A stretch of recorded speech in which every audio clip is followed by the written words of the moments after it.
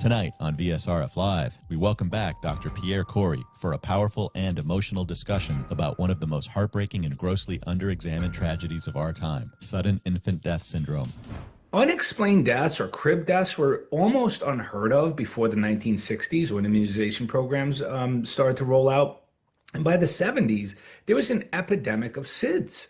Then, when they started to look at records, they found consistent, reproducible study after study after study showing that temporal association to vaccines, about a quarter die on day one, about a half on day two, and by day seven, 3/4 of children with unexplained deaths occur within 7 days. And those ranges from, some studies have found 90% of all deaths occur within 7 days of vaccines.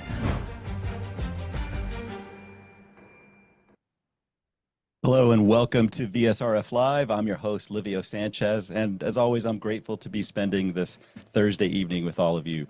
Tonight, we're honored to welcome back our good friend, the remarkable Dr. Pierre Kory, for a powerful and emotional conversation about one of the most heartbreaking and grossly underexamined tragedies of our time, sudden infant death syndrome, or SIDS.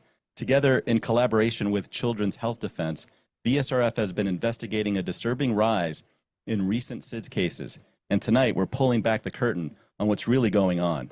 We'll explore urgent questions like, are other countries seeing the same spike in SIDS? What's truly behind these sudden unexplained infant deaths? What critical risk factors are being ignored? What do parents deserve to know but aren't being told? And most importantly, what should law enforcement, medical examiners, and first responders understand when these deaths are labeled unexplained? Too often these tragedies are dismissed without a full and honest medical investigation, and too many families are left without answers, or worse, left with blame. But before we begin, I want to ask for your help. We depend on your generosity to keep going and keep investigating, informing, and fighting for those who have no voice. And I'm going to share a little screen here. Forgive me while I do a little technical maintenance here. Here's our information coming up so that you can help us. There we go. We depend on your generosity to keep going, to keep investigating, informing, and fighting for those who have no voice. If you believe in our mission, please consider making a donation tonight. Every dollar makes a real impact. Just text VSRF to 53-555. That's 53-555, text VSRF.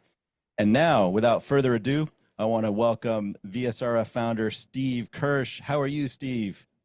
I'm great today. It's great to see you this evening. And I'm just going to jump right into our guest because I want to spend as much possible time with Dr. Pierre Kory. Pierre, welcome to VSRF Live. How are you this evening, sir? I'm doing great, Livio. Good to see you. Hey, Steve. Hey, Pierre. Hey.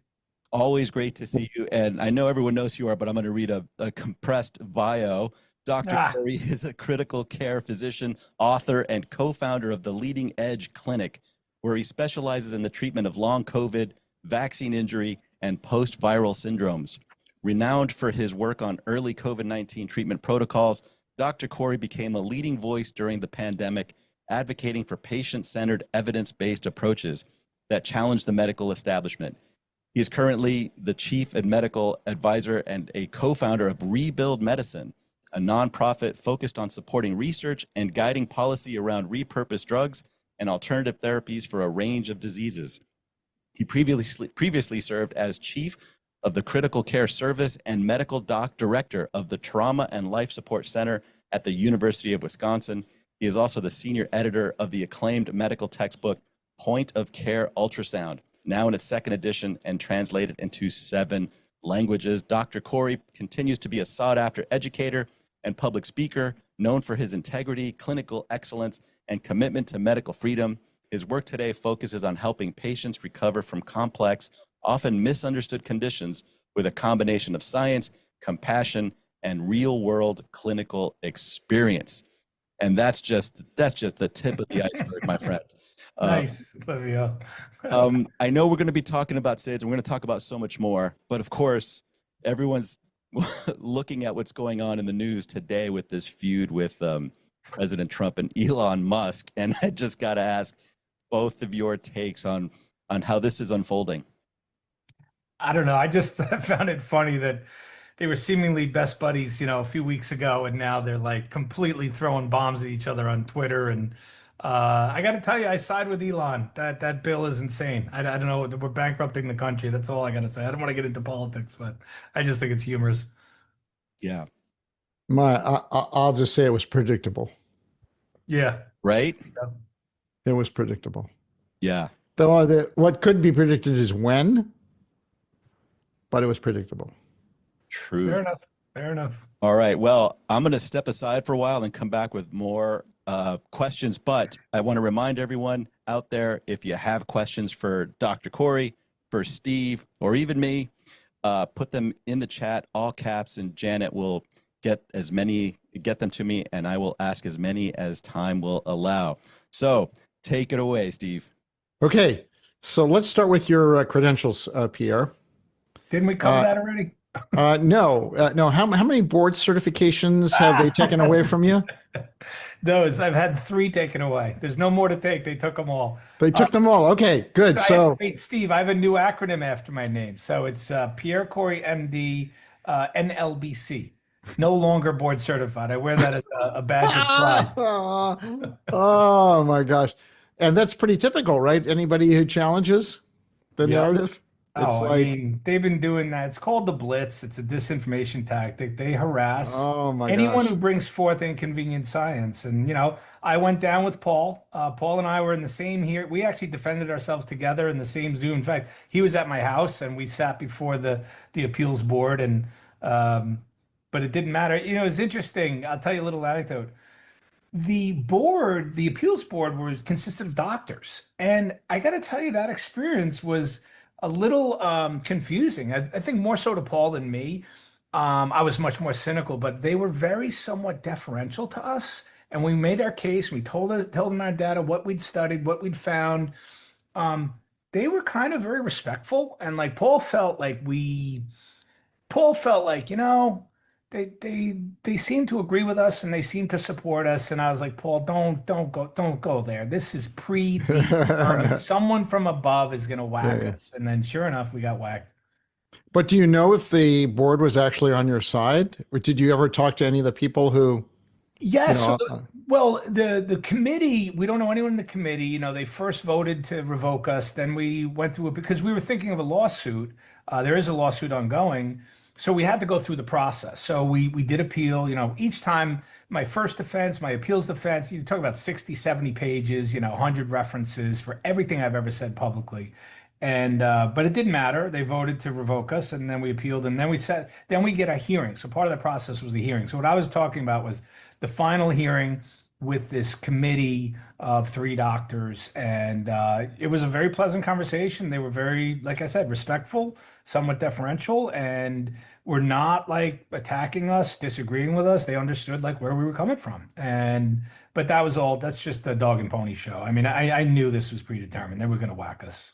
So basically you wasted a lot of time Yeah. in preparing your defense, like, Yes. all the great references and all this, and it was all for naught because it's Steve, I got to tell you this. So they accused me of essentially 2 things, right? Talking bad about vaccines and for claiming that ivermectin was effective, right? These are 2 felonies. yeah. When we submitted our first defense, which was lengthy and highly referenced about all of the alarming data around the vaccines, Yeah. do you know what their reply was to our defense? Their reply was, your claims of risks or associated with death is contradicted by, and they just quoted a CDC statement that the vaccines are safe and effective. They didn't give us like a litany of. I think they might have cited 1 or 2 studies, but they literally relied just on CDC opinion and WHO opinion. I was just like, is this really what the debate is going to be about? So whatever. Yeah.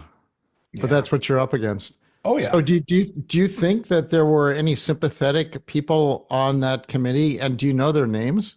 No, so I don't know who's on the wider committee. This was the appeals committee that I got to meet in person, and they were kind. I don't know the names in the actual ABIM committee, and even I think that committee, it still comes from above. I mean, I don't think I can be too cynical at this point about medicine, but it was clear to me that a decision was made it's a form of censorship, right? So if they take away your boards, they take away my voice, right? So like I used to do a lot of expert legal reviews and testify affidavits. You have to be highly credentialed. I cannot now testify on anyone's behalf in a court of law. And I've been defending a lot of people for Without free your, pro bono. I've yeah, defended Ryan Cole, Merrill Nass, Michael Turner out in Washington. I've defended Charles Hoff in Canada. I've defended this guy Shelton in Australia, another doctor in Australia. And like the last time I tried to defend one of them, and I told the lawyers, I was like, you sure you want me? Because the other side is just going to start with, so Dr. Kory, you've had your board certification. And sure enough, that's what they start with. And so not only that, but when I'm mentioned in the media, like especially around the measles deaths, because I was the expert to review the cases for CHD, yeah, when there was a couple of media articles, and of course they start right off with, Dr. Pierre Kory, who has been decertified, so of course. there's a whole point to the thing. So. Yeah. So, did you have three separate hearings for three separate No. boards, or did they just have No. one hearing? Yeah, one hearing for all three boards? Well, yeah, because all three boards, all three specialties are underneath internal medicine. So pulmonary is underneath, internal medicine. Yeah, yeah, yeah. So well, that it's the same. economizes. At least you didn't have to go through the whole thing three times. Did Paul think you were going to win? I'm gonna call him out here, but because he was at my house that day and we were talking afterwards, and he's like, Pierre, I really think, because he also felt that they were somewhat sympathetic and like respectful to us, and they could tell that we were deeply studied. Because we actually we had a couple of PowerPoints, so we had some references, some data, things that we used that we found the most alarming and which supported anything we said. And Yeah. but I said, Paul, please, man, you can't be that dumb at this point. There's no way we're gonna survive this. And you're not allowed to record any of that or have any No. interaction. So you're not allowed to engage or ask them questions.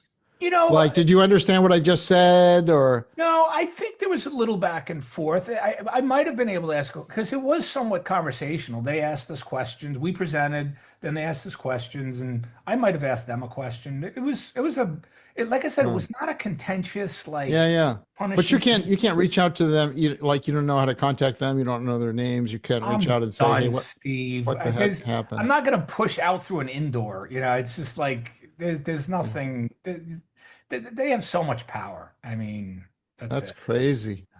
Yeah. All right. But there's a lawsuit, so we'll see. All right. Good. The stats, you saw the video before you came on, right? Of you?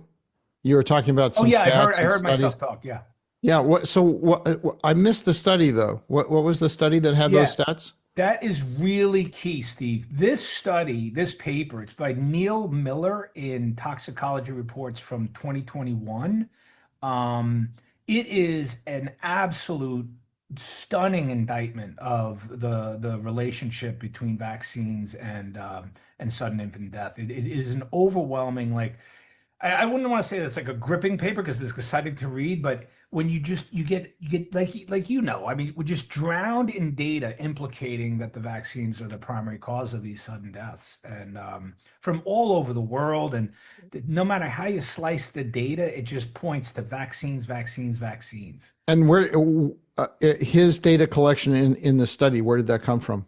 So it was a review of many papers, quite a few studies which looked at associations and timings between death, papers on VAERS, papers from other countries, data from other countries. And I'll go through some of the more damning pieces of data after maybe I present the case. Yeah, so that doesn't surprise me. What does surprise me is that the medical community just looks the other way on all this stuff, right? It's astonishing. In fact, let me drop one piece of data right now. In 1978-79, there were 11 sudden deaths after vaccination in Tennessee. And it was determined that it was probably from a hot lot, which has been part of the history of vaccines, back to polio, back to everything, right? Yep. And 5 of the babies died on the day of vaccination. and 9 of the 11 babies had a shot from that lot. And so in that year, they had Oh, 9 wow. babies from the same lot. 5 of them died the day of. And initially, the health authorities apparently stated that they couldn't rule out a relationship. But then, guess what? Listen, the FDA said that there was no evidence of any cause and effect. And then the CDC chimed in and said, literally called them coincidental. Wow. And then, And nothing like protecting the public. So why do they protect the public when there's a problem with baby formula? Like yeah. one kid gets sick from baby formula, they shut the plant down. Yeah, I You don't. kill Why hundreds of is that? thousands of people. I think the baby formula industry is nothing compared to the vaccine industry. I mean, that's a behemoth with billion. I don't know. I don't know what the size of those industries are, but I gotta imagine that. And vaccine manufacturers are much more powerful. They're much more embedded in the lobby and Congress and controlling the regulatory. I mean, baby formula guys aren't controlling, Yeah, the FDA. So right. that's why they get shut down and the vaccines can keep marching. The So other if thing, oh, wait, Steve, another point on that Tennessee report is after that occurrence of those babies who all died in 1978, internal memos were found with one of the vaccine manufacturers where they came up with a new policy. All lots should be distributed geographically across the United States so that this doesn't happen again. So that's essentially admitting we know it'll cause a cluster of deaths, and we want to disperse that association by making sure a lot is not sent to the same town or city. I mean, this is like we're talking about just high crimes. I mean, just evil, pure evil, right? Yeah. So suppose you're a victim of this crime. You have your parent, your child dies, you can be charged with murder. We're going to And talk about that. Yeah. okay, so how would you defend yourself? Is there any evidence you can produce from the autopsy? Like what would you, if you were in that Well, position where your parent, your child died, you're now accused of murder, how do you defend yourself? Well, if it's truly unexplained death, right? So there's no other causes, and they're going to investigate you, right? So if there's no evidence that you've harmed your child, you're a loving, attentive parent, I think you have that on your side. But I would just go back to that Miller paper. You just need a good expert. The data is overwhelming to show that the almost certain cause is the vaccine, particularly dependent on the timing, which I'll talk about. You can do, and especially this case that I'm going to talk about with these two twins. Not only were they two twins who died on the same night, right? What's the coincidence of that happening? But they died on essentially the night of the seventh day, which is right in that window where up to 90% of all unexplained deaths of infants occur. So you have the temporal relationship, you have the fact that they got the first time they got a flu shot that day. They had gotten the other two vaccine. They got 3 that day. The only new one was the flu.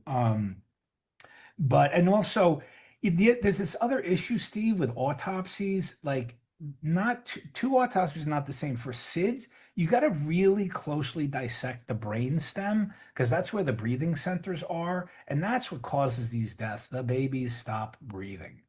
It's because there's damage to the neuronal, the neuronal center that controls your breathing. So could you pick that up in an autopsy?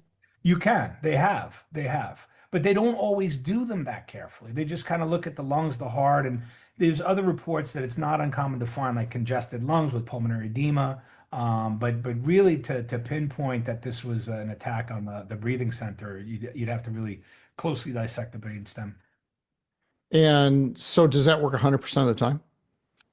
I don't know that. I can't. I'm not sure of that, but it's very common in well done autopsies that they do find evidence of inflammation and damage to that center. Wow.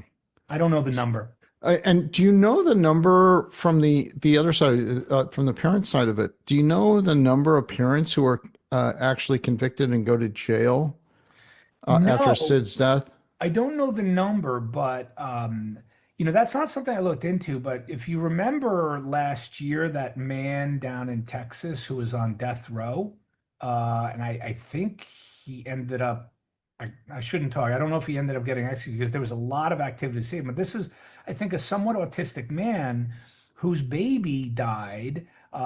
He brought a baby to the ER and died. The baby was clearly sick, but he was convicted of shaken baby syndrome. And if you look at the history of parents convicted of shaken baby syndrome, almost certainly quite a number of them it was almost certain the vaccine. And so you talking about tragedy laid upon tragedy, right? You Yeah. lose your baby, and now not only do you go to prison, but you're sentenced to life. I mean, can you write a more horrible story than that?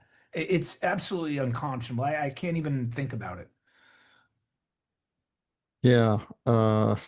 And the sad thing is that it seems to happen over and over again, and there's no stopping it. There's no turning it around. Well, There's no appeal to, sanity here. So that Neil Miller article is in the peer-reviewed scientific literature. yes, it is. Imagine that, Stephen. It's still alive there, hasn't gotten retracted. And it was published in 2021, which is How could it not have been retracted, Pierre? Surely they could find something wrong with it. because I think the only reason why is it's in something called toxicology reports. It should be in the American Academy of Pediatrics journal. I mean, Yeah. it's such a major public health implication. I mean, if we lived in a normal world without all this, corporate corruption and evil, that would be given attention not only by the proper journals, but the media would carry it as a news story. I mean, it was I don't want to call it a life altering article for me, but it opened my eyes like you wouldn't believe. I was absolutely devastated reading that. So, doctors, though, still believe that the vaccines are totally safe. The pediatrician, when they give the shot, they're believing it's totally safe. If they have a death, they'll just believe that it's a coincidence, right? Absolutely. I mean, I said in that intro, right? So before the 1960s, in terms of neonatal mortality data, there was no mention ever of crib death. Once the first vaccination programs rolled out in the 60s, crib deaths started to appear and they started to skyrocket. And by 1969, there was actually a hearing. Actually, in 1969, there was the number one cause of infant death was this sudden new entity of crib death, number one. And then there was a hearing held, and a woman testified where her child died 4 hours after the DPT vaccine, and she recounted what happened in the emergency room. When she was in the emergency room, she asked the doctor, she told the doctor, could this be the vaccine? She just got her first shot 4 hours ago, and the ER doctor says, no, it's just a coincidence. Oh, huh. And they believe it too, right? I don't know I think there's a dense psychology that of doctors that they cannot see the harms of the Yeah. treatments they give, and they also believe what they are told, right? And the It, journals yeah, will told scream them, at them that it's totally safe, totally yeah, safe. medical school. Yeah, Well, they were told it was safe in medical school, and they need a paper to dispute that. And so, 100%. all the deaths that you're seeing, those are just coincidences.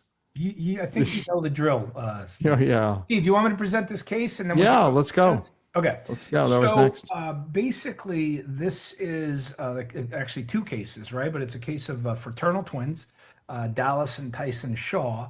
Um, and they were actually born premature at 29 weeks, which is fairly premature, right? And so one of them was breech, and so they did an emergency C-section, went right to the NICU, and they had pretty typical complications of prematurity, like some retinopathy, a small hemorrhage in the brain, but really nothing serious. And also they have an underdeveloped respiratory system, right? So they had to be on CPAP and non-invasive ventilator. They were given caffeine, to stimulate the breathing, but they were well cared for. I've reviewed a lot of records, and I was actually pretty impressed with how well they did. It was pretty uneventful. 4 weeks in the NICU, 6 weeks in a neonatology service, and they were discharged on what would have been their first day of life, if they had been born, Right.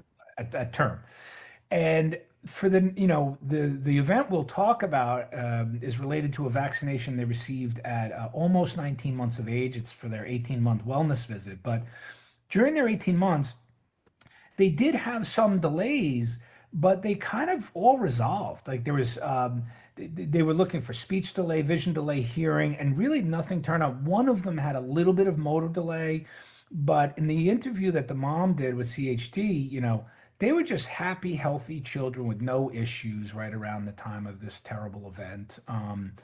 And so what happened was, it's interesting that they were delayed on DPT. They were due some months before, and so they go in for their wellness visit, and they were given DPT, flu, and Hep A.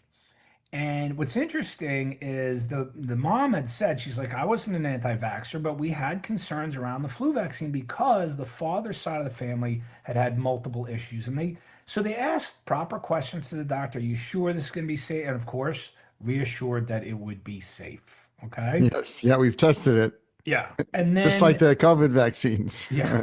So they get their vaccines, they go home. I believe that night there was no real issues, but the mother really kind of sadly described what happened in the morning is that the kids came out of their room and they were just limp. They had like no energy, they felt just dead, limp in the mom's arms. One of them just laid down on the rug, didn't even make it to the mom, just like lied down on the living room So rug. sad. And she was really worried. She'd never seen her babies like that. They just looked right, and then she described, like, the pot belly of the infant. She said their bellies were flat. They had like green diarrhea, and she's a young mom. It's her first kid, so she calls her mom on FaceTime. And the mom saw the kids and she said, they look like they're dying. We have to go to the ER right now, right? So that's what's called day 2. They go to the ER. The doctor even said in the record that he thought it was likely, some reaction related to the vaccination. The kids might have perked up a little bit because they ate a lollipop. They were given a Tylenol, which is really bad. And then they were sent home that day. And they continued to be really quite listless with diarrhea for quite a few days. So much so that so 7 days later, the mom had tried to take the kids to the pediatrician. And they weren't taking walk-ins that Back for more day. damage. Yeah. Did she suspect at that point that it was the vaccine? Yeah, well, of course, yes, because even the doctor said they knew that the kids, because the father said when he got home that day and he saw his kids, because the father works a lot, when he got home that day, he said he was shocked. He'd never seen such happy, healthy babies look like they're dying within 24 hours. He was really shocked at their appearance. So everyone was rightly concerned. They all knew this was, bad news with the vaccine, but this is before the event, right? So the day of death, she tried to Did they go back to the pediatrician at all? No, they didn't go back. They tried, the mom still was concerned about them some days later and tried to get an appointment. There were no walk-ins, and then the nurse on the pediatrician's line just basically told them to take the brat diet, I think bananas, rice, whatever. Okay, brat diet. There you go. Yeah, Okay. because they were still having some diarrhea. Yeah. And then day 7, they still had diarrhea. But what's interesting is that the mom said it was their best day since the vaccine. They actually, the first time they were kind of playing and having normal activity that day. Yeah. And then unfortunately, the kids went to bed. And in the next morning, the mom went in and she didn't hear them get up, and at their usual time, and she waited, and then she went in there and she found them cold. And what she said is it looked like one of them was in rigor mortis. And so you have 2 fraternal twins dying on the same night in the middle of the night, right? And so why would we implicate the vaccines? Well, their health status changed leading up to that death. Must have been something else, right? Must have been something else. Because it's like vaccines and autism. The one thing we know is that vaccines don't cause autism. That's all you need to know. That's all you need. There you go. So let me go through some of the data from that paper, and then maybe we can swing back to the police, because maybe I'll talk about that now. The other parts of the interview that the mom described, which is very common, is not only did they lose their children, but they suddenly had police up in their face, asking them very accusatory questions, really probing and prying. I mean, the police, their first reaction in all these cases is to treat it as a murder. And so, to hear of the trauma that they went through and I think they wanted to take her to the station and, but they were really relentless with their questioning of the parents and, quite traumatizing. And in fact, the mom is considered still a suspect. And so that case has not been resolved yet. And that's really concerning. How long do So you think it'll take to resolve? I think it's all going to be up to the DA. I mean, if she's a suspect in a murder, the DA has to decide whether he wants to prosecute her or not. And How do as they, far as I know, they don't have any evidence that she's done anything. Um, how do these cases usually go when there's a case like this where there's evidence that there's vaccine harm? It's documented. You I, went to I the ER, I all don't that. know that. We should have Aaron Siri here. He probably knows that. He's the lawyer. I haven't looked into like the legal records Yeah. of these kinds Okay. of cases, but here's the deal. So as I said before, right? So these vaccination programs basically started creating an epidemic of crib death. It's like not even a question, right? The timing is there. It rapidly increased, and it continued to increase through the 70s, through the 80s, right? And then and there's plenty of cases of twin deaths. I mean, of twins dying in the same day, all related to, close to the even the day Right of. after a vaccine, right? Yeah, I mean, it's so there's clear. cases in that paper. They It's cite all of these case reports. There's cases of two twins dying simultaneously 3 hours after a vaccine, simultaneously dying at the same time. how does the medical community ignore this evidence? So It's you so can show rare, them. Steve. It's so rare and unexplained that there's nothing you can do about it. The vaccines are a net benefit, and you gotta lose a Yeah, few to save a bunch. I don't there know. you go. I don't There you know. go. Um, It's funny. I was looking at the flu vaccine, the time series plot of the flu vaccine, and it looks like okay, there's a little dip here with the healthy vaccine effect, and then it's a straight line. And most people would look at that plot and say, "Oh, that looks like a safe vaccine," and they would not notice no.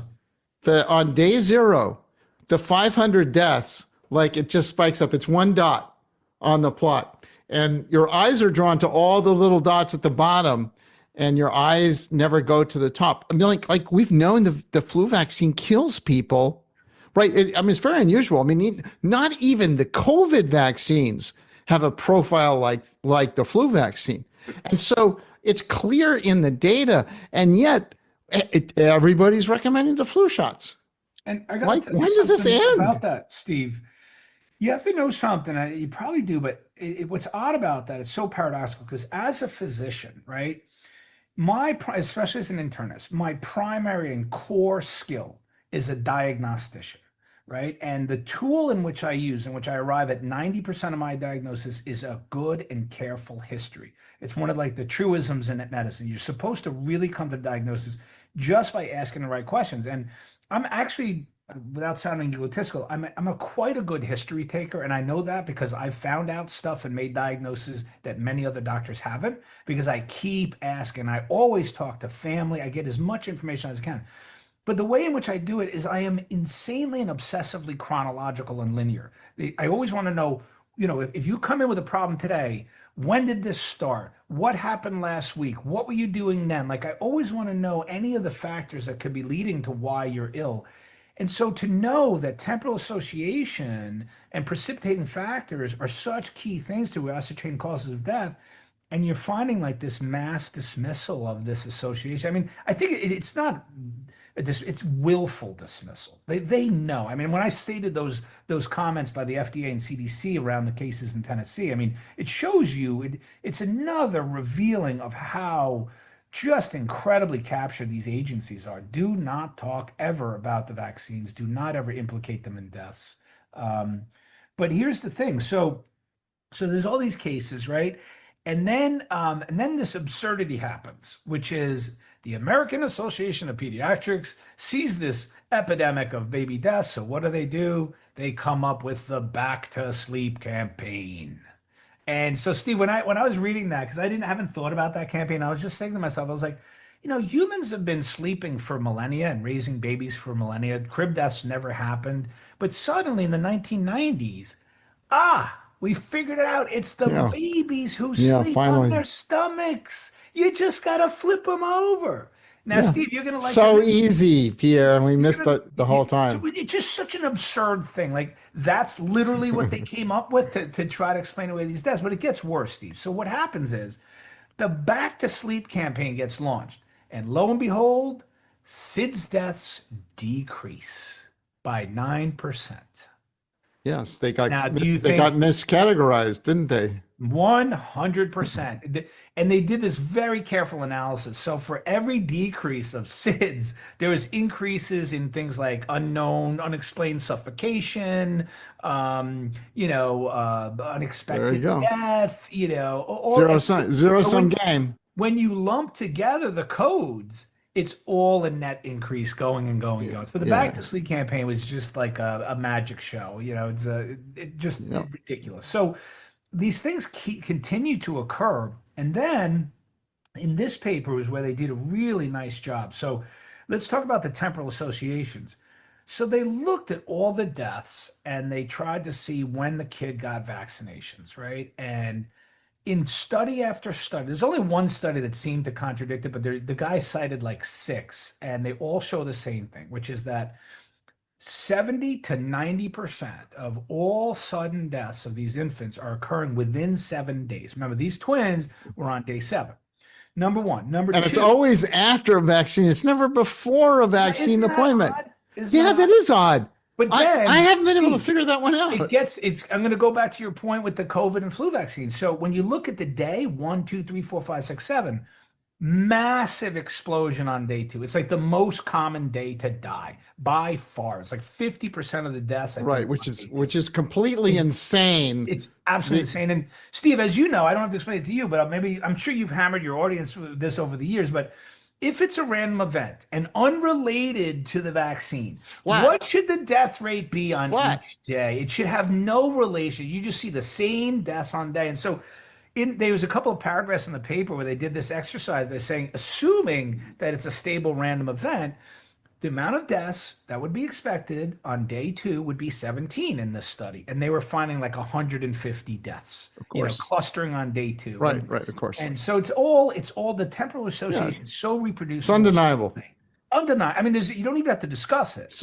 So when you bring that to the attention of a pediatrician and you say, look at this data, like what happens? Does the pediatrician's eyes, like glaze over? Nobody's bringing up that paper to them. I would love for a parent to take that paper and bring it in. I mean, doctors don't like to be told to read stuff. They're going to be like, yeah, that's right. Yeah. I'll take a look at it. They'll blow you off. But then here's the other interesting thing. So then there's this really concerning study. You're going to love this. So somebody invented this monitor that I think you could put on a finger or under the baby, where you could monitor their breathing, right? So you could see if they're having what's called apneas or hypopnea. So an apnea is when you literally stop breathing or there's a pause in your breathing. Check it out, Steve. They measured the rates of these events preceding the vaccine. And almost like you were talking about the little bars. So there are some events every night in these infants, right? Tiny, tiny little bars, right? Yeah. Vaccine day, boom, that night, the apneas shoot up. Day two, which totally matches with the death data, day two is like double day one. The amount of apnea events that are occurring second day after vaccines is astronomical. Wow. And then it continues for weeks, but it does go down. But you see this massive peak, and then there's another peak around day seven. And not as close as the day two. But so you see how the data all lines up, right? And so it's just overwhelming the amount of data to show that these are that there's a relation. And then there was a case report where there was two twins healthy prior to the vaccines. Their deaths were recorded as SIDS, right? And this is in a paper where the author of the paper wrote, the likelihood of twin infants dying suddenly and simultaneously of SIDS, natural disorder, defies credulity. So at least there's someone with their brain turned on. Yeah, one guy. But here's the other aspect, which I think is really important for you to know, and I think this has major applications to the parents that are listening. If they are in that unfortunate position where they have to somehow vaccinate their kids even though they have deep concerns, is that the vast majority of crib deaths or sudden deaths are occurring in kids less than 1 year of age. It rapidly goes down after 1 year. Almost all of them are occurring at Yeah. 1 year because these are underdeveloped immune systems. Yeah, yeah. There's another paper that actually I was reading. It's more of a hypothesis paper, but they were saying that there's a good proportion of kids in their first year whose CYP450, it's the part that the enzymes that metabolize substances in your liver, that can be very underdeveloped. And so some of these kids are getting 24 to 26 shots in their first year of life, and they're not clearing So or insane. metabolizing all the Right, right. adjuvants, all the excipients and whatnot. And so, but anyway, it's mostly occurs in 1 year of life. So check this out. In Japan, they had all of these death claims in Japan that were climbing. This is, I think, the early 70s. Yeah. And so as a result, Japan moves the age of first vaccination. I think it was either pertussis or DPT, either the combination or just pertussis. Just They one moved it vaccine. to 2 years old, and deaths, crib deaths, and claims virtually disappeared. That's a coincidence, Pierre. Disappeared. Oh, you think so? Yeah. And Yeah. there was another there's another one like that. Now, another factoid which I think you're gonna like because it's a statistical thing, but you know, we just went through the temporal association with the vaccine. Now, there are much more rare. There are non-vaccine associated SIDS cases, right, where unvaccinated kids, you know, are found dead in their bed. But guess when they cluster? They don't have any relationship to, obviously they're not vaccines, but they cluster, I think, in the winter and fall. So like there's a seasonal element to that. I don't know what would cause that, but I was actually on vacation in Hawaii, and I was golfing with a couple of people that I'd met, a doctor, and he brought his friend who's like a podcaster, a very active guy out in California, actually on health policy for decades. And he has a podcast, and he has 8 kids, and one of his kids actually died of SIDS, but was unvaccinated. And he told me same thing happened to him with the police. The police were all over him and his wife when his child died. He said it was absolutely, you know, he's still Unvaccinated, though. unvaccinated. Yeah. Yeah. I mean, it can happen. It's much more rare, but like I said, those have a different pattern of timing. Yeah. Yeah. So, and then the other interesting thing, Steve, is right. Like we have this discussion, right? And then you talk to someone who's asleep, who's pro-vax or whatever, and they're just going to dismiss everything that I just said. Interestingly, though, you know, the Vaccine Injury Compensation Program court, right, which we know has failed millions of injured kids, but in that court, amongst the cases that were brought claiming death due pretty much to the DPT vaccine, a shocking 68% were awarded compensation. Yeah. So in a court of law, it's data, you can get compensated because Yeah. it's inarguable. You can't deny this. Yeah, it's a table injury, right? It's what? A table injury.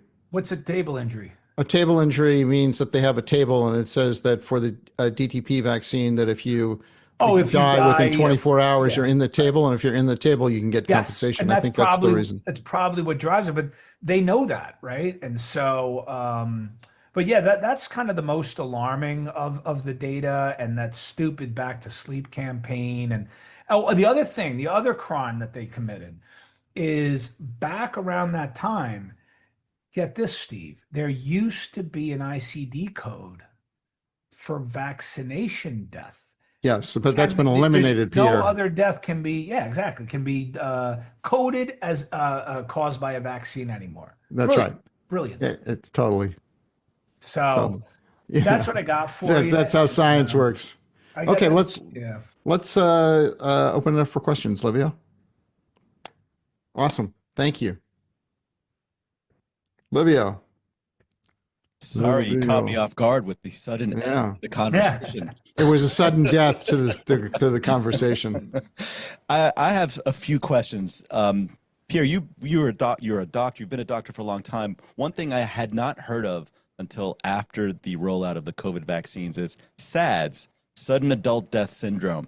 And I'm curious how often you heard that prior to 2021. And while you were talking, I was looking up all these stories. and you just see 30-year-olds all over the place, dropping dead. Yeah. SADS. And I mean, I had never heard of it until after the shots rolled. yeah. So we don't know what causes it, Livio, but the one thing we do know is it wasn't the vaccine. yeah, we always know that. I mean, that's just a dumb idea. But here's the thing. Again, I'm not tooting my own horn, but I had a couple of subspecialties that I was known for being an expert in within my field.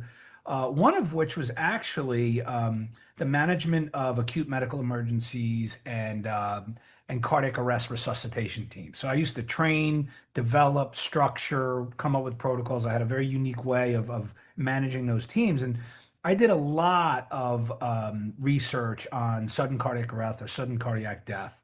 I was also an expert at the ethics and legality of DNR orders. I was very, very involved ethically.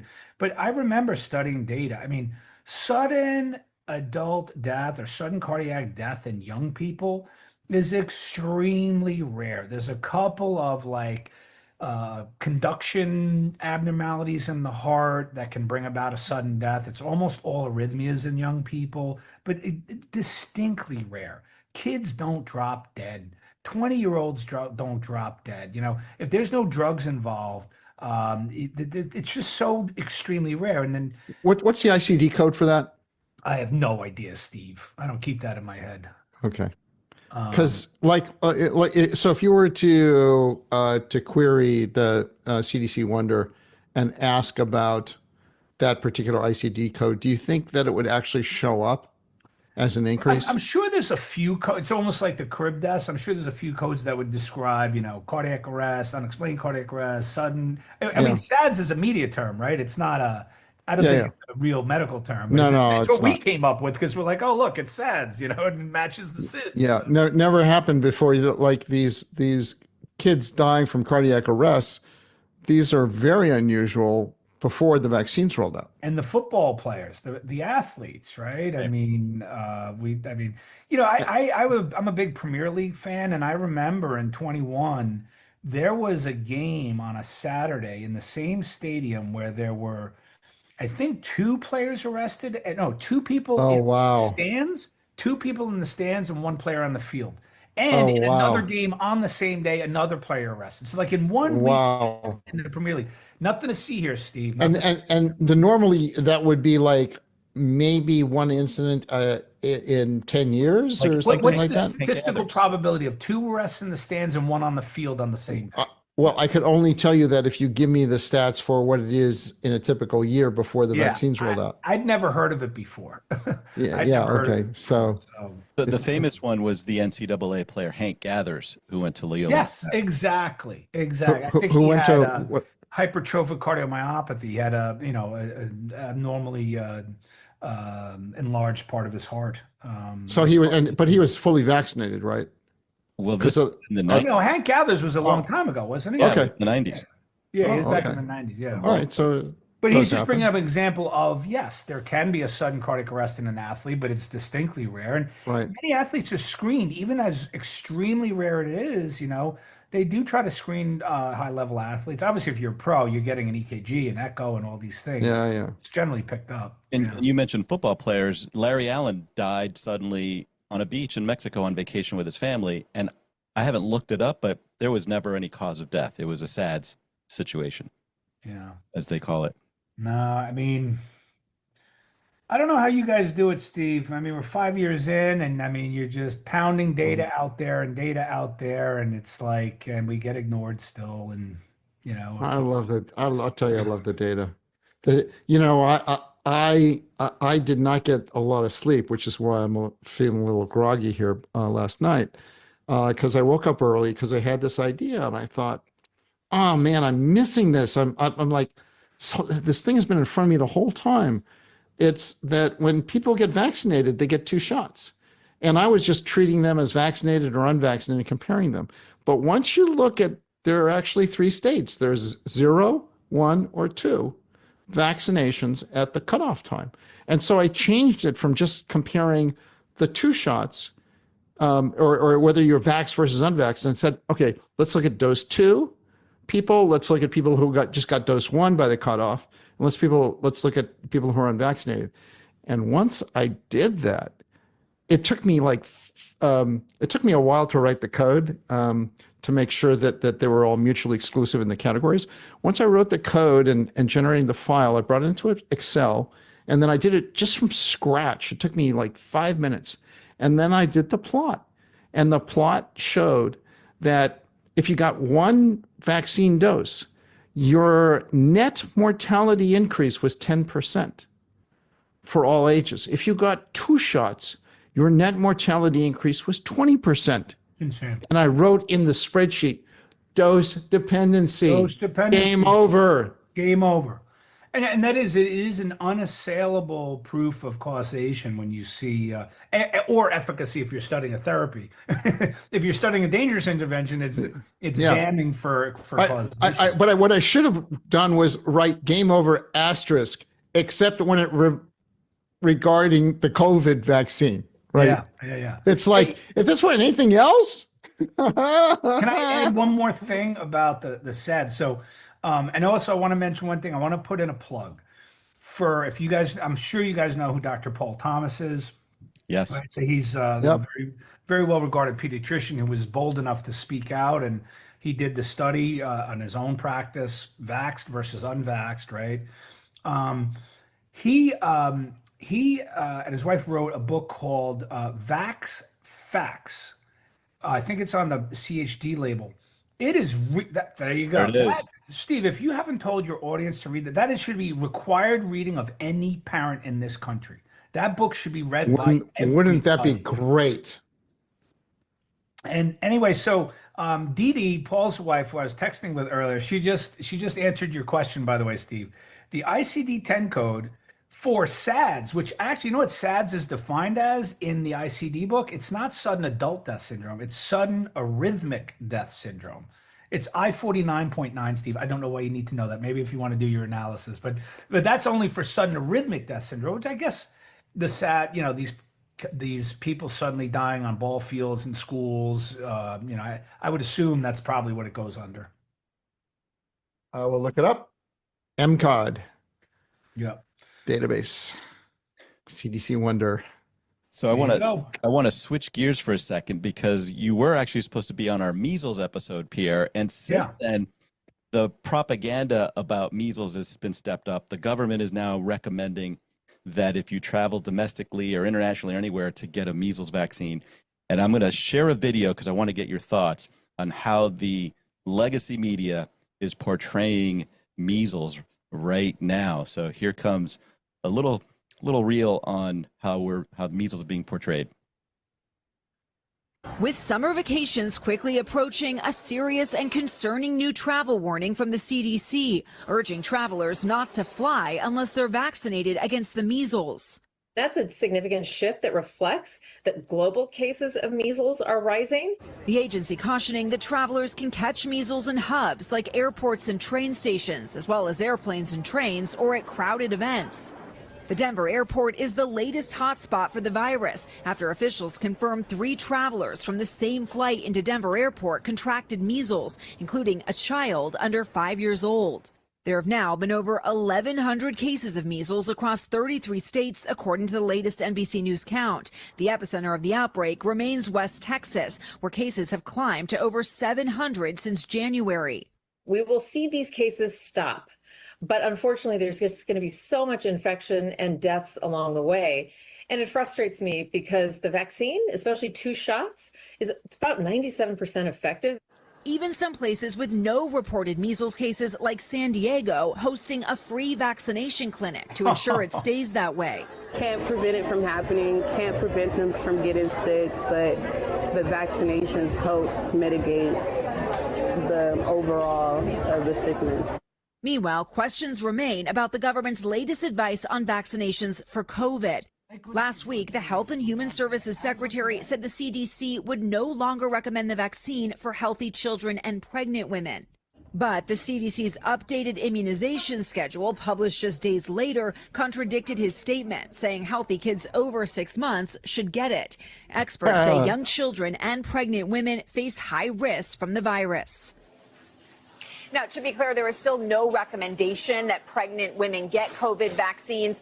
As for healthy children, there is one caveat, and that is that the CDC is recommending the vaccine based on what they're calling shared clinical decision making. Essentially, children can get that vaccine if both their parents and doctor agree. Craig. Measles spreads by someone infected coughing or sneezing. If you have been exposed and you have been vaccinated, you should still present to a healthcare professional just to make sure that we can monitor you. If you have not had a vaccine, they can actually do what's called post-exposure vaccination. The CDC says getting vaccinated is the best way to protect yourself. Maya Eaglin, NBC News.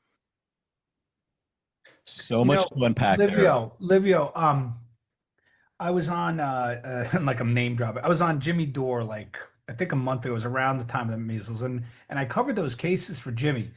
And what he did in his show is he pulled a scene from the Brady Bunch. Have you come across? Oh yeah, I've you know, where they're all like laughing. I get to miss school, and you know, it's like this happy kind of joyous. Like they're literally presenting measles as a get out of school free card, and the kids are all excited, and you're not just a little rash, and so it's so benign and almost funny, right? This is back in whatever the 70s or 80s.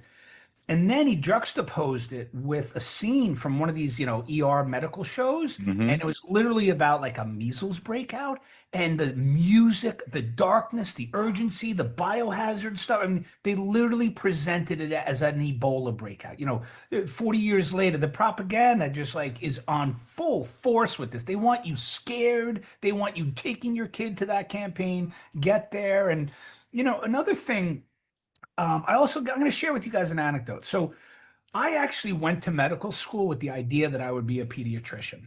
I was like kind of enamored with like Norman Rockwell and that benevolent doctor, you know, with the puts the stethoscope on the young child in those portraits. And when I got to my pediatrics rotation, I wanted to put a gun through my head. I mean, I was in a doctor's office out in Brooklyn, and I spent 2 weeks there, and it was literally just kid after kid with like, check their weight, check their height, jab their arm.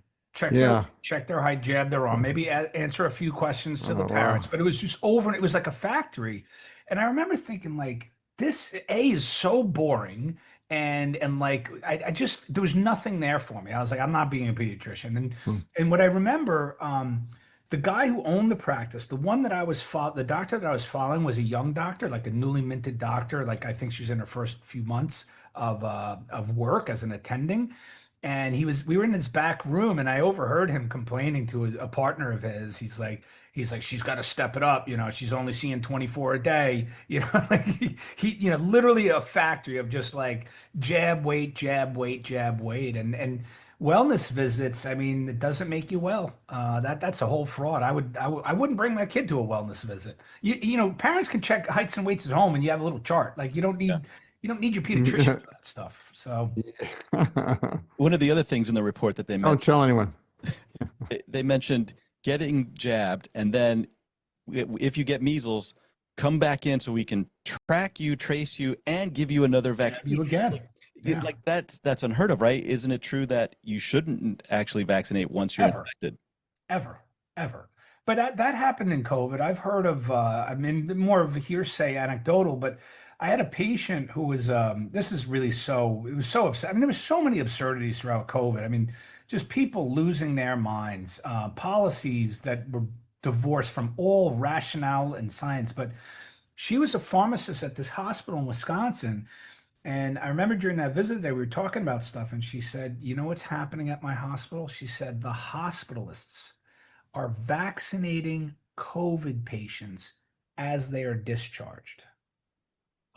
So they weren't acutely ill. Wow. But they were better, and they were getting the COVID vaccine. And I almost couldn't compute that, Steve, because I was like, how? And the thing— They just got the real deal. Well, here's the thing. Discharge from hospital is considered an opportunity to get your flu shot. So every hospitalized patient is during the season is always offered a flu shot out the door. You know, so it's like, it's kind of mimicking that practice, except without any rationale. Yeah. You know, so it's just, I'm done, man. I don't know what to do anymore. All right. Chlorine dioxide for measles. What do you think? Done.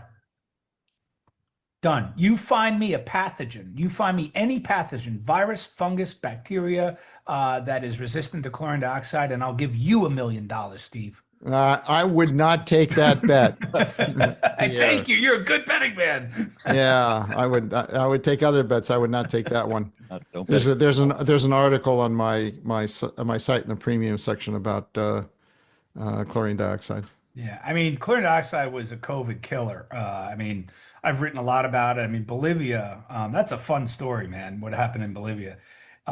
You And they were drinking it, right? They were just drinking Oh, yeah, it? it's oral ingestion. Yeah. I mean, it's safe. We all drink chlorine dioxide every day. It's in like 1,000 municipal water systems. Yeah. Use chlorine dioxide as the main water purifier. You just have to raise the concentration a little bit, far below any toxic levels, and it works. But what I love about the Bolivia story is some doctors got to some legislators and convinced them like this is the answer for COVID. And they actually successfully passed a law allowing for the manufacture and distribution of chlorine dioxide throughout the country. That is so awesome. The military got in the game. The universities were making it. People were on lines, like 500 people on lines. They were emptying ICUs. But here's the thing.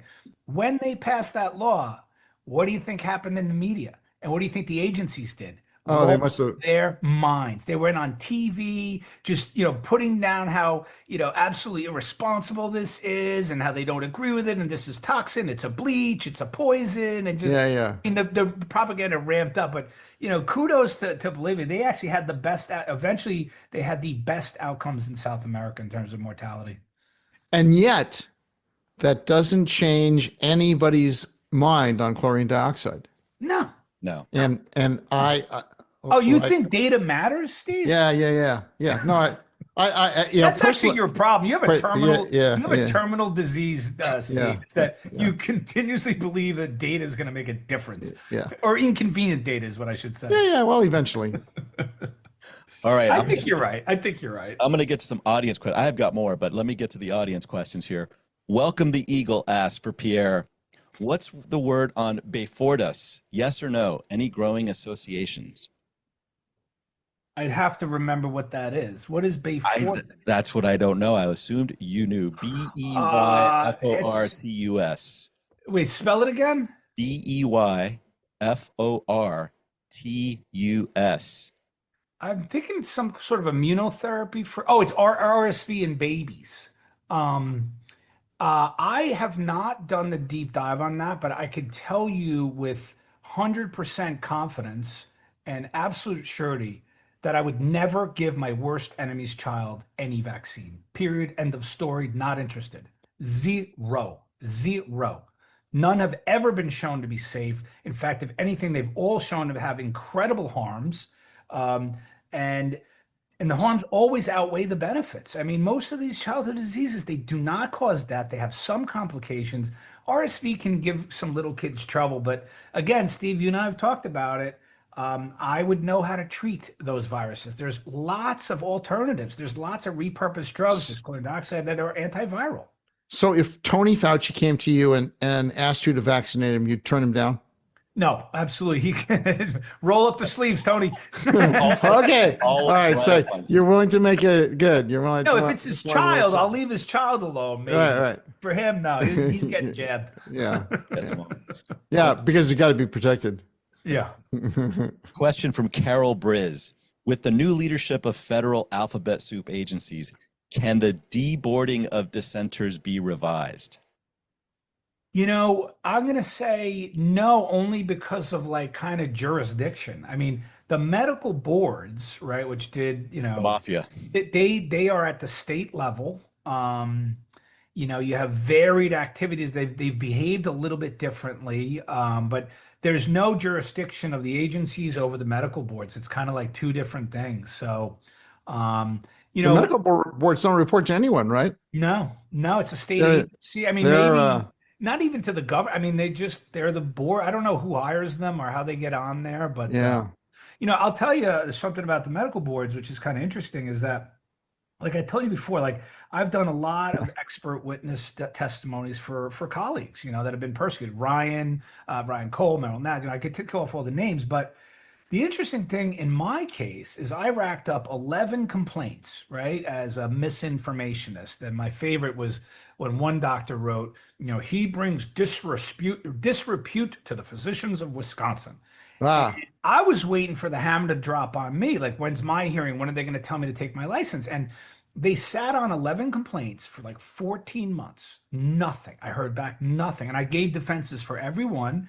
And then suddenly I get a letter quietly in the mail saying that they're giving me a confidential warning that if I continue to spread misinformation, then I'm really going to be in trouble. But it's not, the warning was not available to the public, but the fact that I was warned is, but the reason I bring it up is that the boards just kind of act differently. And then I'd like to think that the reason why they went after me is because I had a loud megaphone. I got a loud mouth, and I had at the time the FLCCC, with me. And I mean, we would have we would have kicked up a shitstorm if they went after me. But, we did with the ABIM, but they just ignored us. So that's a national organization. So. yeah, that's typically what happens. Yeah. Like you can't get into a serious debate with any of these people. They'll just refuse. Yeah. And, without belaboring the point, Steve, on every witness hearing, for like Merrill, for Ryan, every time the same thing that I described that happened at the ABIM happened. So it starts off with their lawyer, and that's contentious. I've even shouted in those hearings, like, because they've offended me and like insulted me, and like, I don't care. It's just a hearing. I don't, what's the guy gonna do? It's on Zoom. He's gonna get the bailiff to throw me out. So like, I got into some shouting matches. But the second part is the doctors that represent the medical board. And in each case, Ryan, Merrill, like when I actually got to talk to them, they were, again, deferential, respectful. I've even had a hearing where the doctors that were on there, I think they were so fascinated that I kind of knew so much, because I would talk about this and that and cite papers, and they started asking me questions. So they would say like, "Oh, so Dr. Kory, what do you think about this?" Meaning like they're literally trying to learn from me. And so it was this very positive experience with the doctors, but you guys know what happened to Merrill and Ryan and Michael Turner and, all these folks. The hammer goes down anyway. What happened to Michael Turner?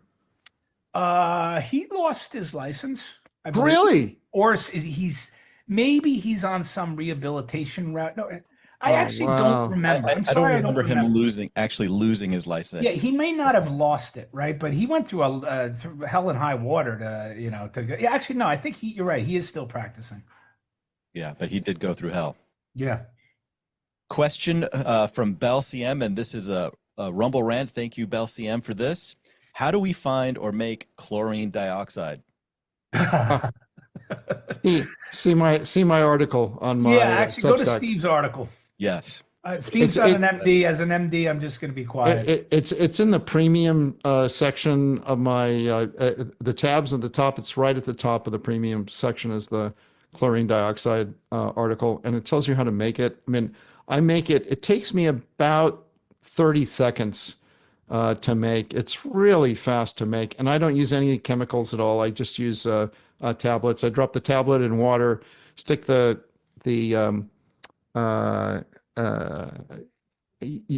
take that bottle, you put it in a bigger jar, and that generates what's called CDS, and then and that's at 1,000 ppm, and you stick it in the refrigerator overnight, and then the next morning you take it out, and then you put it in a small container and leave it in the refrigerator. It's no more complicated than that. I'm going to argue here. So Steve is a CDS man. Ho, ho, ho. He likes to make CDS, which is chlorine dioxide solution. I'm an MMS guy. So if actually the audience, you know what a good resource is? If you go to this website called mmsguidance.com, that'll give you all the information you need. CDS is much better. It's totally pure, and it can be used for more things. And the content, you know the concentration. Oh my well. God, we're not having this argument against Steve. We're not having this argument against Steve. I don't care about the concentration. Yes, you do, because you care about the dose. The dose. But the dose is in the concentration. Yeah, they're related. I like doses though. Yeah. But any advice with CDS, you totally control the dose. Trust me on this. You can control it with MMS too. I have to say this: any medical. No, because it's not. You don't have the precision. You don't have the precision. You don't have the Good enough precision. for government work. Perfect Yeah, is the yeah. enemy of the good. Come Yeah, on. yeah. I'm going to disclaim any medical advice from Steve Kirsch or Dr. Pierre Kory are theirs and Thank theirs you. only, and not of VSRF. Yeah, I'm not recommending. I'm just telling you where you can find the information. You can read both, decide who you like better. There you go. I've got this whole thing Yeah, all do a planned out. survey, Steve. Have your audience read both and then tell me which one they like better. Yeah. That's a good one. That's a good survey. Question from Janet. What is the actual cause of death in an unvaxxed SIDS case? Still the same area of the brainstem that manages breathing? Does it look? That's a great question. I wish I knew the answer. I actually did not look into that. They're so rare. That's a really good question. They're so rare. It's right? quite rare. Yeah. Yeah. So it's really hard to get the answer. Yeah. Yeah. Okay. Well, we'll have to do a little digging for the audience ourselves here at VSRF and see what we can find. Yep. Question from Go Tell It on a Mountain for Dr. Kory. Talk of postpartum depression has increased from the medical community. Is it possible that has allowed the increase in mothers being accused of murdering their babies? Wow. Another great question. Wow, I feel like I'm striking out tonight. I don't really have, data-driven answers, but I really like the question because the question kind of gives you an answer that certainly could be a risk, right? Because here's the thing, right? If your baby dies and they investigate, it's not going to be hard for them to find in the medical record that the mother is showing symptoms of postpartum depression. And so if you're in that unfortunate circumstance where you're depressed and your baby dies under your watch, I think you're in trouble. Yeah, you're gonna be depressed A lot more trouble than someone like this young woman. If anyone's watched the interview with the parents, lovely young people. I think they're in their 20. I think they're 20 or 21. They're two young people. The father's really hardworking. The mother is so innocent, clearly so caring. Described as like the best mom ever. Taking care of her kids. But if you had anything like postpartum depression, I mean, man, I would never want to be in that situation. Given how the police behaved around these events, that's just another sadness. So it's a great question and a really terrible thing to think about. Question from Zoomiest, and I think Zoomiest is referring to the paper you were referencing. What is the title of the paper? Yeah, so the title is, I'll read it to you right now. So the journal, again, is Toxicology Reports. The author is Neil Z. Miller, and the title is called Vaccines and Sudden Infant Death, an analysis of the VAERS database and review of the medical literature. Janet will try to get that and put it in the chat if at all possible. Thank you for that. Question from Emerson BT. What is the rate of SIDS in other countries with fewer vaccines for infants, and which countries? So I did not see a country comparison in terms of rates. So I did not do that analysis, and that was not part of that paper. But the studies of these temporal associations that we've discussed come from multiple countries. So it's not the exact answer that you wanted, but this is not isolated to the United States, and the associations of vaccines are repeated. And, there's another piece of data that I think came out of that paper, or maybe a different one, but they looked at which vaccines were most implicated with SIDS deaths. And the number one in terms of was DPT. Oh, I mean, it's a long list. I mean, it's not like there's none of them that are innocent. But DPT was or DTAP was the most common cause of death or associated with death. Can't say cause, right, Steve? And that's the other thing. Even in this paper, you got such a devastating indictment of data. It's crazy. And in the conclusion, of course, there's positive, Yeah, there's a correlation between blah, blah, blah, blah, blah. That's the scientific way. Yep. It's so insane. Question from Alp 7 Cows. Any idea why there is a peak on day 7? Yeah. Well, I can only partially answer by something I already said, which is, and I don't know, I think because it brings up another question, but when you look at the paper where they measure the frequency of apnea events, I don't know why there's there's a huge rise on day 2, and then there's another rise on day 6 to 7. So I mean that's why, but I guess the follow-up question would be, why is there another kind of spike on day 5, 6, and 7 in terms of the breathing? Physiologically, I don't know. I mean, the damage is thought to occur from kind of an inflammatory insult with cytokines attacking the neurons and the receptors on these neurons in the medulla. I don't know why it's so specific to that area of the brain. There are other theories. A Midwestern doctor is a close colleague of mine. They've posited that they really believe it's from alterations in the zeta potential. If you guys know what that is, it's the small electric charge on the surface of cells, which keep the cells in solution or in blood separate from each other. And it's because they repel. And when those electrical charges change, you get kind of clumping of blood cells. And so you get kind of sludgy blood flow. And in these very small babies, the vessels that are in the brain stem that are perfusing that area of the brain are really small and sometimes tortuous. And so they posit that it's probably some sort of, these are probably mini strokes that maybe completely cessates the breathing. But again, I'm not getting, how many questions have I said I don't know to tonight? Or at least you got to give me credit for saying I don't know when I don't know something. But I don't know why there's that second rise, but it literally goes like this. So it's day 1 is this, day 2 is this, 3, 4, and 5 go down, and then 6, 7. But day 2 is far and away the biggest. Yeah, and generally when you see a pattern like that, it means there are 2 different mechanisms of action. That's a good point. Because we see that in the COVID vaccine as well. So the first COVID shot, you'll see a very clear signal in the first few days where it really spikes up, and you don't see that signal for dose 2. Because so if the vaccine's going to kill you, it's going to kill you on the first time. It's probably not. It's probably less likely to kill you the second time.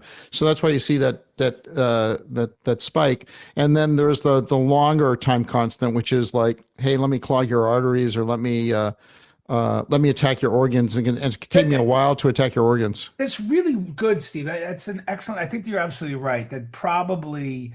Well, actually, that's not exactly true based on the data I gave, right? Because I'm giving data on apnea frequency. But you're right. Maybe it's a different, something's causing apnea different early, which is inflammatory, and then maybe the later one is when clots develop or the zeta potential gets, but either way, it's resulting in apneas. Different mechanism. When you see these 2 time constants, you're looking at 2 different mechanisms generally. No, very good point. Question from Matrix74. What can be done for those who produce spike nonstop? I don't know. So I've been treating vaccine injury for 3+ years now, almost 3.5. And we have proxies for spike, which we kind of use this spike antibody level, which has a range of 0 to 25,000. What we see is in long COVIDs, they almost never exceed the level of 5,000. The vaccinated can be anywhere in that range. And then we have a cohort in my practice, which we call the 25,000 club, because their answers come back as greater than 25,000. Now, we do follow them. We do use different therapies that we believe are breaking down spike. We think the antibody, and we do not see consistent rises, but we do see persistent high levels. So if someone's at 13,000, they kind of stay around there. The 25,000s are around there. But the other thing is my partner and I, Scott, this is probably interesting to your audience, and they're probably going to want to know more about this, but we have been working with a group, a nonprofit group in Italy, who've developed a mass spectrometry test, which can analyze your urine to look for fragments of spike. We do that test, and then we generally suggest to people to take what's called an augmented NAC product, which has been shown to detach the spike from receptors and break it down. And so you can do that test on day 1, then put them on NAC. Sometimes you'll see that number rise because it's breaking down. And then hopefully over time, as you stay on the NAC, it goes down to 0. So we think we have a spike test. But in terms of how long does the body make spike, the studies show At the longest time that I heard of, I think was 187 days, although I think there was another study where they showed somebody at a year, but that's one person. In those studies, they were producing spike for days to weeks to months, and the longest was 187. That's when they stopped the study, but that was one patient. So Yeah, in definitely longer general, than in that. the studies, most people stop after an uncomfortably long time, but they do stop, at least producing it where it's circulating in the blood or urine. So, but with this test, we won't know that it's circulating or not, or whether it's coming from the tissues or the gut. But we will be launching a spike test, and I can share you that information, Steve, when we're more ready. We've Right. already done like 40 in this country. We had a lab. We went through a lot of training with the lab and working very closely with the lab, and the results are coming in. But we're not ready to scale yet. Well, that'd be great when you are. What percentage of patients are in the 25,000 club? Is That it would be really a low? great question for Scott. I guess I'll just look at my patients. How many that have it's small. I would say it's less than 10%. Yeah. In the 25, maybe 5%. I'm trying to think of my page. I don't check that test as much as Scott does because I don't use it clinically as much as he does. We have a little bit different approaches and emphases, but he's much more knowledgeable about incidents of those. But the vaccine, most of the vaccinated are over 5. Many of them are over 5,000, 10, 15, 20. And I don't know the difference between someone with 20 and 25. To be honest, Steve, the more interesting question is my experience. I have not seen a correlation between the severity of their illness and the number on the antibodies. So like I've had 25,000s that are asymptomatic, like these are spouses of folks. I've had asymptomatics that are mildly ill. I've had those with like very little spike antibody who are, absolutely destroyed. And so it's not a perfect correlation. I'm going to ask one more question from the audience. From Carol Briz. Explain the connection between complications from illness or vaccines and Tylenol, please. Yes. So the literature, so let me start with a very basic statement, is that you should never treat a fever. And when I say never, I'm an ICU doctor. I saw lots of big fevers and stuff, and I would say anything less than 104, I'm not going to touch with a fever reducer. And really, I'd like to wait till 105. But the literature in pediatrics shows over and over worse outcomes when you put someone on either Motrin or Tylenol or a fever reducer. It's the body's natural reaction to fighting off that infection. It's a natural response. By doing that, you're literally blunting the response to fight off the infection. Now, this is it's like killing the army. Yeah, exactly. And here's the thing, Steve, is like this is another case where the data in the pediatrics literature and Suzanne Humphreys, I did a CHD with her and we talked about those measles cases because they were giving those kids Tylenol like you wouldn't believe. I mean, it's so ingrained in hospital care, like literally nurses, when you admit someone, you have to put in orders for the nurses on how to care for them. And it's like literally a checkbox. It's basically every nurse has the order to give Tylenol if temperature above whatever, 101 or 101.9. So nurses are constantly administering, and even moms and dads at home are giving their kids fever reducers. And the outcomes just simply worsen in infections, sepsis, and there's even an association for worsening outcomes with these vaccine complications, particularly with autism. I don't know that data well, but I've been told that there's a strong association to post-vaccine autism with kids who get fever reducers. I want to say thank you to the audience for great questions. They were fantastic. And yeah, they bested me, man. You stumped Kory. You got a smart audience. Very smart audience. And if you're enjoying the work that we're doing and the guests that we have, I want to remind you once again to donate if you can, if you have the ability to donate to the Vaccine Safety Research Foundation. Text VSRF to 53-555. The screen is not perfect, but it's 53-555. Or go to vacsafety.org to donate. And thank you for those that do. We really appreciate your support. And also, I want to say that next week, before we sign off, we've got, check this out, Dr. Mary Talley Bowden. She'll be fresh off of her interview with Joe Rogan coming on next week. So come on next week. Join us for Mary Talley. She's a brave and outspoken warrior in the medical freedom movement. She's on a doctor's crusade to stop the COVID shots and hold our public health institutions accountable. Her courage in standing up to corrupt systems at great personal and professional cost, which Dr. Kory knows all about, is nothing short of inspiring. You won't want to miss that episode. Before we sign off, I'm going to play a video at the end here, and I want to get your take, Dr. Kory and Steve, on artificial intelligence in medicine and how you may be using it, Dr. Kory, for the benefit. And because the video I'm going to show you is a spoof on a pharmaceutical ad, and it is all prompt generated AI. So I'm gonna watch. You will check this out because it's all real.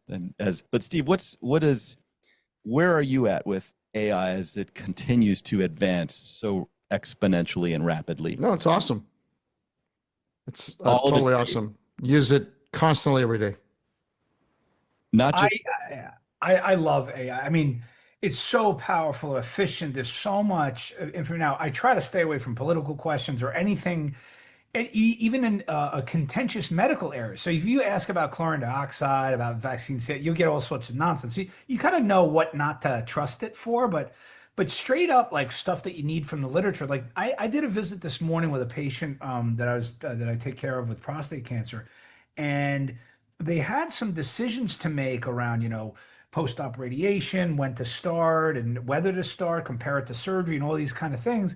And like, I'm just putting that stuff in the air while I'm talking. I'm like, I can cite the data and like I have the studies and I have all, it was just really good to be able to provide information so we could, keep a robust discussion, because that's not data that I'm like expert at. But they wanted my opinion on, even though I'm kind of doing complementary cancer care. But so that was good.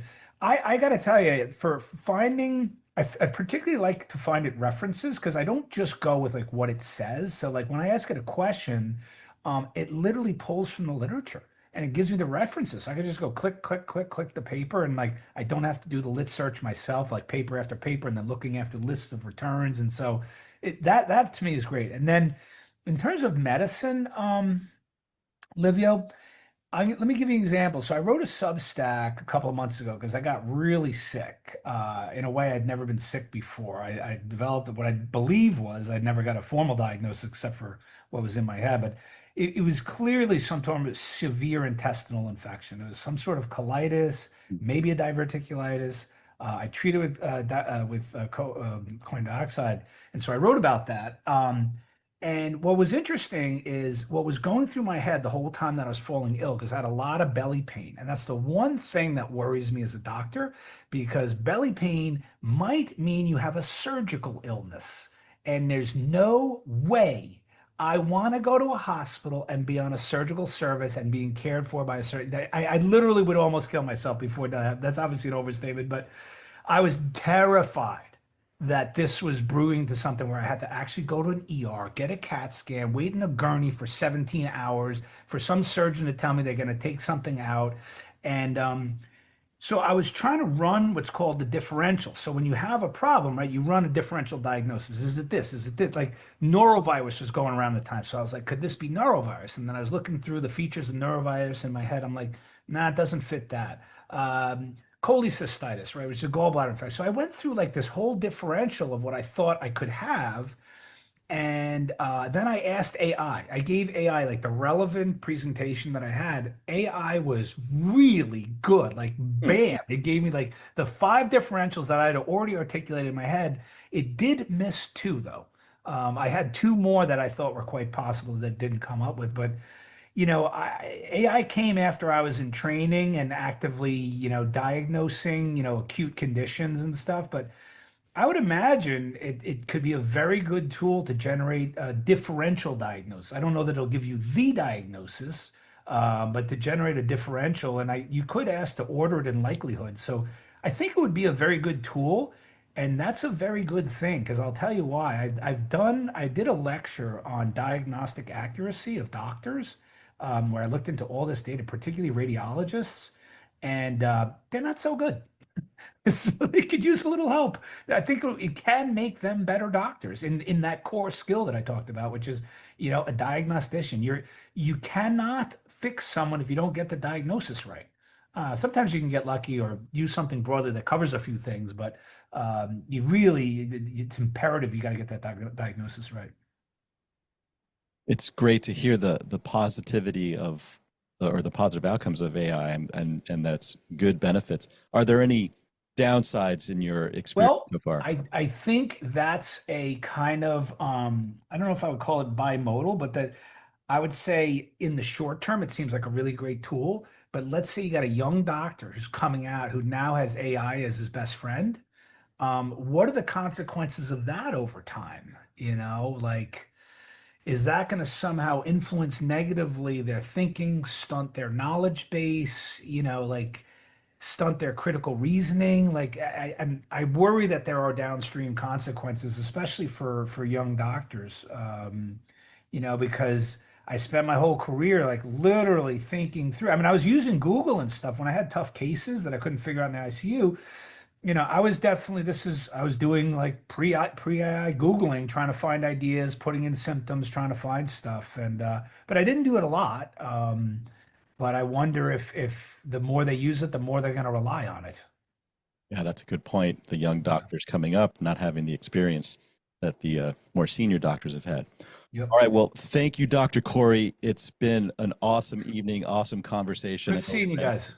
Yeah. And where can people find you again? Just give us a little. Pierre Kory, medicalmusings.com. It's really and then Steve, you got to hold on for my book that I'm working on right now, The War on Chlorine Dioxide. Oh, wow. Second in my series. Yeah. excellent. All right. Excellent. That's awesome. All right. Well, Sounds thank you. good. I'm going to guys. sign off with this AI-generated pharmaceutical ad. Steve, thank you again, as always. Fantastic seeing you. And thank you all out there for being here tonight on this warm summer evening, at least in New England. Have a great rest of your evening. Good night.